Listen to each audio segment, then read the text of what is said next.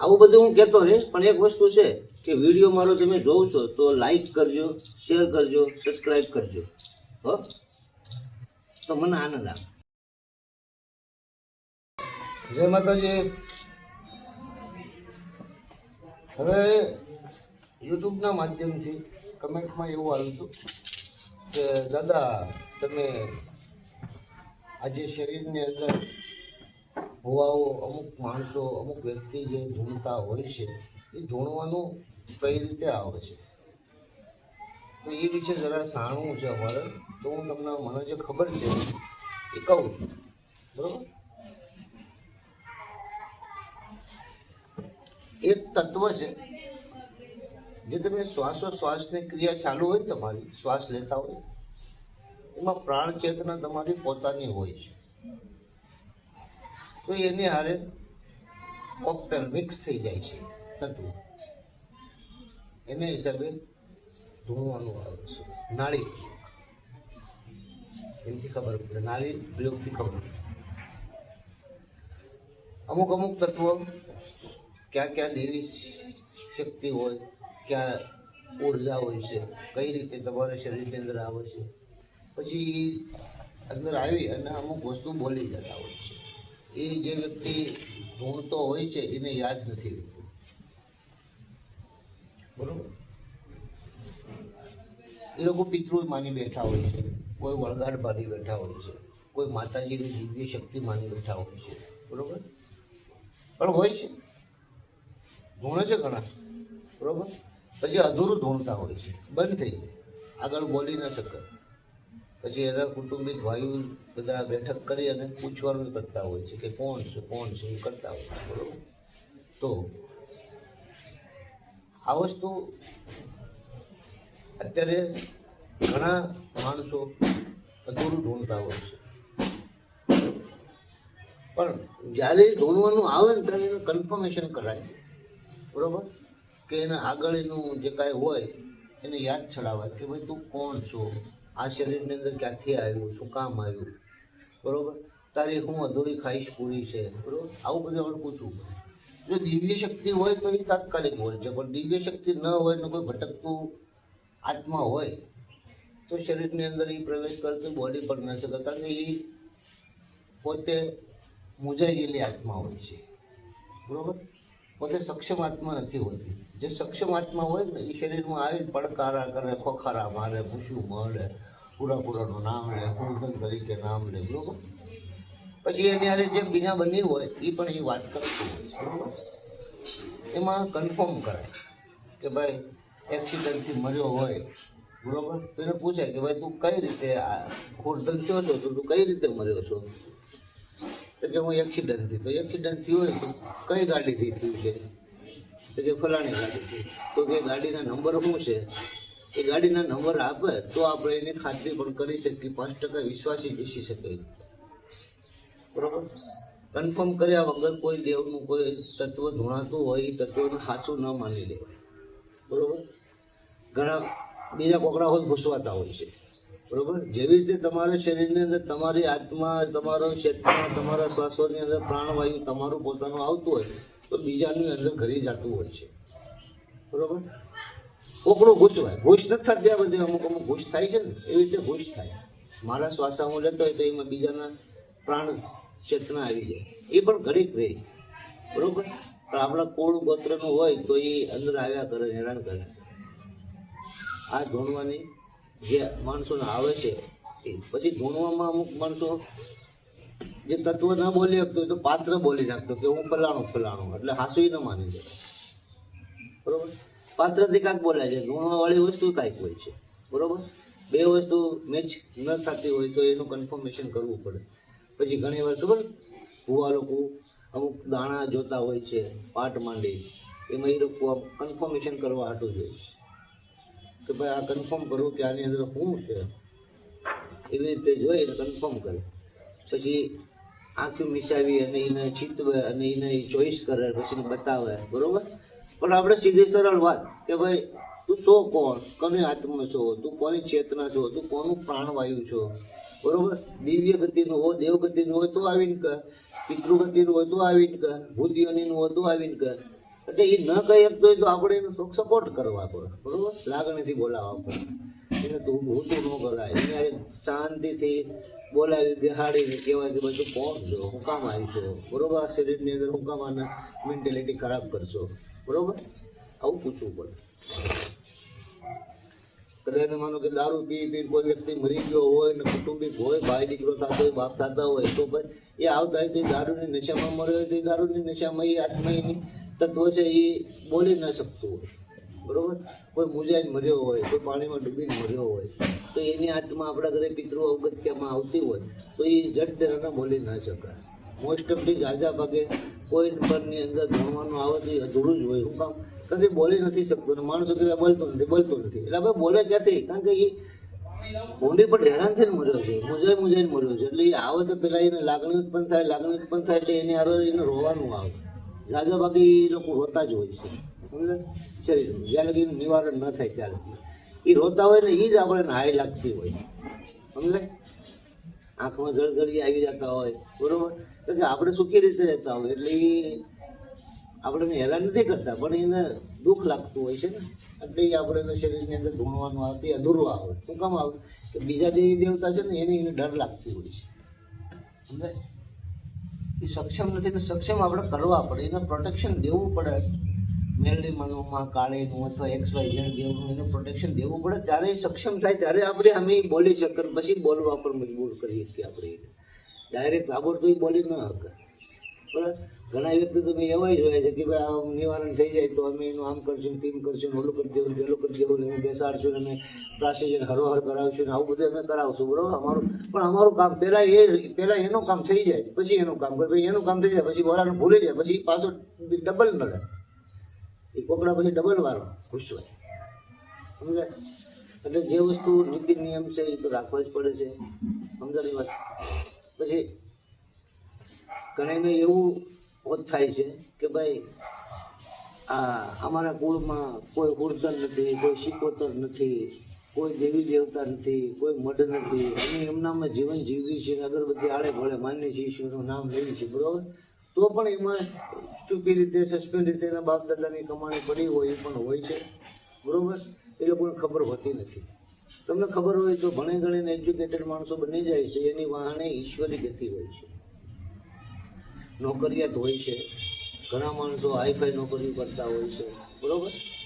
તો એની વાહણે ઈશ્વરી ગતિ હોય છે. એ સુખીન સંપન્નને ઈશ્વરે જ કર્યા હોય છે, એ પોતે ન થયા હોય, સમજ્યા. સીધી લીટીમાં એ દેવીને સહાયરૂપ થતા હોય છે, સમજ્યા. એવા આરાધો પડ્યા હોય છે, એને બાપ દાદા પૂર્વજો એને થઈ ગયા છે, એને એવા આરાધો કર્યા હોય છે. એટલે એના સંતાનોને એ બધી રીતે પ્રગતિ કરે એમાં કોઈ એના આડી રૂકાવટ ન થાય, બરાબર. આપણે માનો કે શનિની પનોતી આવે છે ત્યારે આપણે કેવા ડામાડોળ થઈ જાય છીએ, બરાબર. શનિની પનોતી આવે તો આપણે ડામાડોળ થઈ જાય ને, કેવી રીતે એ લોકોને ડામાડોળ એ લોકોનું થવા છે. હું કામ કરે એને ખબર છે કે આગળ જતા સંતાનો અમારી જે થશે પેઢીએ તો એને માટે એ લોકો બેંક બેલેન્સ કરતા ગયા હોય, દૂધવાળા. આપણે દાન પણ કરીએ છીએ, ખબર, ગાયનો રસકો નાખતા હોઈએ છીએ, બરાબર. ગરીબ હરીબને જેથી દેતા હોઈએ છીએ, બરાબર. દાનપુન, એ દાનપુન આપણું પેન્ડિંગ હોય છે, આપણી પ્રજાને એ કામ લાગે છે. નથી કહેતા એક્સિડન્ટ થયું ભાઈ બચી ગયો, બરાબર. કાંઈ આફત આવી હોય તો બચી ગયો હોય તો કે ભાઈ ગરડાના ફોન આડા આવી ગયા. એ ગરડા ફોન કરે છે ને, તમે ફોન કરો એ તમારી સંતાનને, તમારી પ્રજાને, તમારી પાછલી પેઢીને એ ફળીભૂત થાય ને કામ આવે છે. એ બેલેન્સ છે તમારી એ ક્યાંય એળે નથી જતી, બરાબર. આ રીતે જે ગરડા આપણા પિતૃયોનીમાં આવ્યા હોય, ધૂણવામાં આવતા હોય તો અધૂરું ધૂણ આવીને વયું જાય છે. હું કામ એ ઘડીક આવે ઝલક બતાવીને વયા જાય, બરોબર. પણ આપણે એને ખબર જ નથી હોતી કે આપણે વાં પડે કે અધૂરું ધૂણે થાય, છોકરો પૂરું નથી ધૂણતો, આને કાંઈક થાય છે, આને ખરાબ થઈ ગયો, મગજ આને વળગાડો વળગ્યો છે, બરોબર. પણ એની વાં કોઈ ઇન્કવાયરી કરતા નથી અને એમના રિએક્શન ભોગવે જાય અને ઉલટાના પેલા માનસિક જેવું કરી નાખે બિચારા ભેગા થઈ, ત્યાં ખોટું છે કરી, બરોબર. મારી વાત સમજાય છે ને.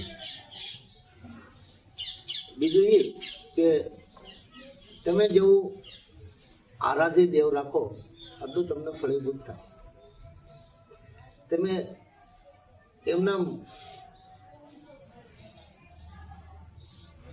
ખાલી એમના અગરબત્તી કરો તો એ તમે સ્મરણ કરો તમને મનની શાંતિ થાય. ઘડી. અને આ તો આજીવન પેઢી દર પેઢી તમારા દેવની રક્ષા કરે. આપણા મઢની અંદર બધા દેવી દેવતા હોય છે, બધાને 12 મહિને નિવેદ કરીએ છીએ આપણે. હિન્દુ સનાતન ધર્મથી હાલી આવે છે પહેલેથી, આદિ અનાદિથી, બરોબર. રામા અવતાર કૃષ્ણ વખતથી આવ્યો. કૃષ્ણની કુળદેવી હતા, રામની કુળદેવી હતા, બરોબર હતા. તો ઈશ્વરની જો કુળદેવી હોય એવી રીતે બધું બંધારણ કરેલું હોય છે. તો આપણા પિતૃ છે અત્યારે આપણા શરીરની અંદર આવતા હોય છે ઢૂંઢવામાં, તો એ અધૂરું પણ ઢૂંઢતા હોય, ક્યારેક પૂરું પણ ઢૂંઢતા હોય, બરોબર. એને આરે કોઈ વળગાડ હોય તો એ વળગાડવાળી વસ્તુ એને ઢૂંઢવા પણ ન દેતી હોય, બરોબર. મૂંઝો કરે, મુજાપો કરે.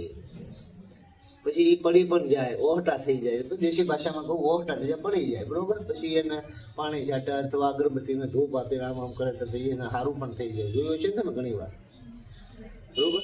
એટલે આ બધું હું કામ થાય છે, એ દિવ્ય આત્માની આરે અમુક આત્માઓ કોકડું ઘૂસવાતા હોય આપણી આત્માની આરે, શ્વાસોશ્વાસની ક્રિયાથી ચેતના હારે બીજી ચેતના અંદર મિક્સ થઈ જાય એટલે આવું થાય છે, બરોબર. અને 100%ની વાત છે, બરોબર. ઘણા ઠેકાણા તમે જોઈ જશે દુનિયામાં કે હું મારા ઘરની એકની જ વાત નથી કરતો, મેં આ બધું સમાજમાં જોયેલું છે. આવું મેં બધે જોયેલું છે લાગટ, બરોબર. હોય 2-5 જણા ન કદાચ હોય, પણ બીજા ઘણા ઠેકાણે મેં આવું જોયેલું એટલે હું આ વાત કરી જાણું છું, બરોબર. મારું એક કહેવાનું એ છે કે જે કાંઈ કરો ને સત્યતાથી કરો. આરાધ કરો તો સત્ય, ઉપવાસ કરો તો સત્ય. એક તમને બીજી વાત કરું, કમેન્ટમાં આવ્યું કે ભાઈ કે આખડીનું મિનિંગ શું? આખડી એટલે દેવગતિમાં આખડી એટલે માનતા લીધી હોય, બાધા લીધી હોય. તો એ બાધાનું મિનિંગ એવો છે કે તમે જ્યાં લગી તમારું કાર્ય ન થાય ત્યાં લગી તમે ટોપરું ન ખાઓ, ત્યાં લગી તમે ઘી ન ખાઓ. કોની બાધા લીધી હોય? મા કાળીને લીધી હોય, મેરલી માની લીધી હોય, અથવા XYZ દેવની બાધા લીધી હોય તમે, એને આખડી કહેવાય દેશી ભાષામાં, બરોબર. અને બાધા પણ કહેવાય. તો એ બાધા લીધી હોય તો બાધાની અંદર એવું હોય કે તમે જ્યાં લગી તમારું કોઈ કાર્ય તમે નિમેલું હોય કે ભાઈ મારા ઘરે સંતાન થાય તો જ હું ખોપરું ખાય, બરોબર. પણ કોનું ખોપરું? કોને ચડાવી? મહાકાળીની માનતા કે ભાઈ મહાકાળીને જ્યારે હું ખોપરું ચડાવી, પાવાગઢ આવી અને શ્રીફળ ચડાવી, કળા ચડાવી, પછી હું ખોપરું અને સુખડી ખાય. ત્યાં લગી હું સુખડી કે ખોપરું નહીં ખાઉં, બરોબર. આ રીતે આખડીનો મહિમા કે હું ખોપરું નથી ખાતો. બસ ઘણા એવા હોય કે ભાઈ હું બાધા છે, હું ખોપરું નથી ખાતો. પણ કોની બાધા? એને પોતાને ખબર ન હોય કોની બાધા છે. હા, વ્યક્તિગત છે, બધે મને ખબર છે. આપણે ઘણા મારા ઘરે આવ્યા હોય મહેમાન છે તો આપણે કે ભાઈ ઘી સુરમાં કર્યા હોય તો કે ભાઈ હું ઘી નથી ખાતો, મને ઘીની બાધા છે. તો આપણે કહીએ ને કોની બાધા છે? બસ ઘીની બાધા છે. આખી વાત એને ખબર ન હોય ઘીની બાધા શું કામ રાખવાની, કઈ રીતે રાખવાની. કોઈ એવું કાર્ય નિમેલું હોય ને એ દેવનું, જ્યારે દેવને જમાડી પછી જ ઘી ખાવાનું, એવું એને ન ખબર. ખાલી આખડી લઈ જાય એમ ના કે હું આજીવન આખડી રાખું છું. ઘણા એવા હોય છે. એટલે આને બાધા કહેવાય, આને આખડી કહેવાય કે ભાઈ પાવાગઢની કાળક્યામાં છે, મારા ઘરે શેર માટેની ખોટ પૂરી કરે ત્યાં લગી હું સુખડી અથવા ટોપરું નહીં ખાઉં, બરોબર. પાવાગઢ આવી ટોપરું, શ્રીફળ અને સુખડી ચડાવીશ અને મારા ઘરે સંતાન થશે તો હું ત્યાં આવીશ અને ચડાવી પછી ખાઈશ. આ પદ્ધતિ છે આખડી. બીજું એ કે અમુક યોગ ઉપર એ હોય છે. અમુક યોગ એવા હોય છે માણસોને કે ઘણા રાશિ ઉપર હાલતા હોય છે, ઘણા રેખા ઉપર હાલતા હોય, હથેળીની રેખા ઉપર હાલતા હોય, ઘણા કપાળની રેખા ઉપર હાલતા હોય છે, બરોબર. એ પણ સાચું જ છે, પણ એ અભ્યાસ બધા ઊંડા છે. એ જ્યોતિષ શાસ્ત્ર અનુસાર, બરોબર. ઘણા વાસ્તુશાસ્ત્રના અનુસંધાને હાલતા હોય છે, ખબર હોય. વાસ્તુશાસ્ત્ર ઘર હોય, ઘરની અંદર એ બધે નેગેટિવિટી પોઝિટિવિટી બધું હોય, એ પ્રમાણે ગ્રહો નંગ બધા અંદર તાંબાની પ્લેટો બધું નાખવું પડે, જમીનને પવિત્ર કરવી પડે, બરોબર. પછી અમુક જગ્યા પર દરવાજા રાખવાના, અમુક જગ્યા પર દરવાજા ન રખાય, અમુક જગ્યા પર બારી રખાય, અમુક જગ્યા પર ન રખાય, અમુક જગ્યા પર કિચન કરાય, અમુક જગ્યા પર કિચન ન કરાય, બરોબર. આવું બધું વાસ્તુશાસ્ત્રમાં હોય છે ને? તો એ પણ એક અભ્યાસ જ છે અને એ પણ સાચું જ છે. એમાં કીધું છે કે ભાઈ અહીંયા ઉર્જા સારી છે, અહીંયા ઉર્જા ખરાબ છે, અહીંયા ઉર્જાનો ધોધ વરસે છે, અહીંયા ઉર્જા છે, અહીંયા ઉર્જા નથી, બરોબર? એ રીતે તો એ ઉર્જાની અંદરથી આપણે પ્રસાર થતા હોય ને એટલે આપણું વાતાવરણ ચેન્જ થતું હોય, સમજ્યા? એ રીતે આ ઉર્જાની અંદર આપણે રહેવાનું છે ને, આપણે ઉર્જાની અંદરથી જ બન્યા છીએ એટલે ઉર્જા અરે આપણને બહુ ગાઢ સંબંધ છે, પણ ઓળખતા નથી માણસો. શરીરમાં આવે તો ભૂલી જાય છે બધું. એ દેવી રૂપે ઉર્જા આવતી શરીરની અંદર, દિવ્યાત્મ છે. બોલો બીજું. કમેન્ટમાં આવ્યું ને એનો જવાબ આપ્યો, બરોબર? થોડી વાત હતી પણ જાજી કરીને માનજો, બરોબર?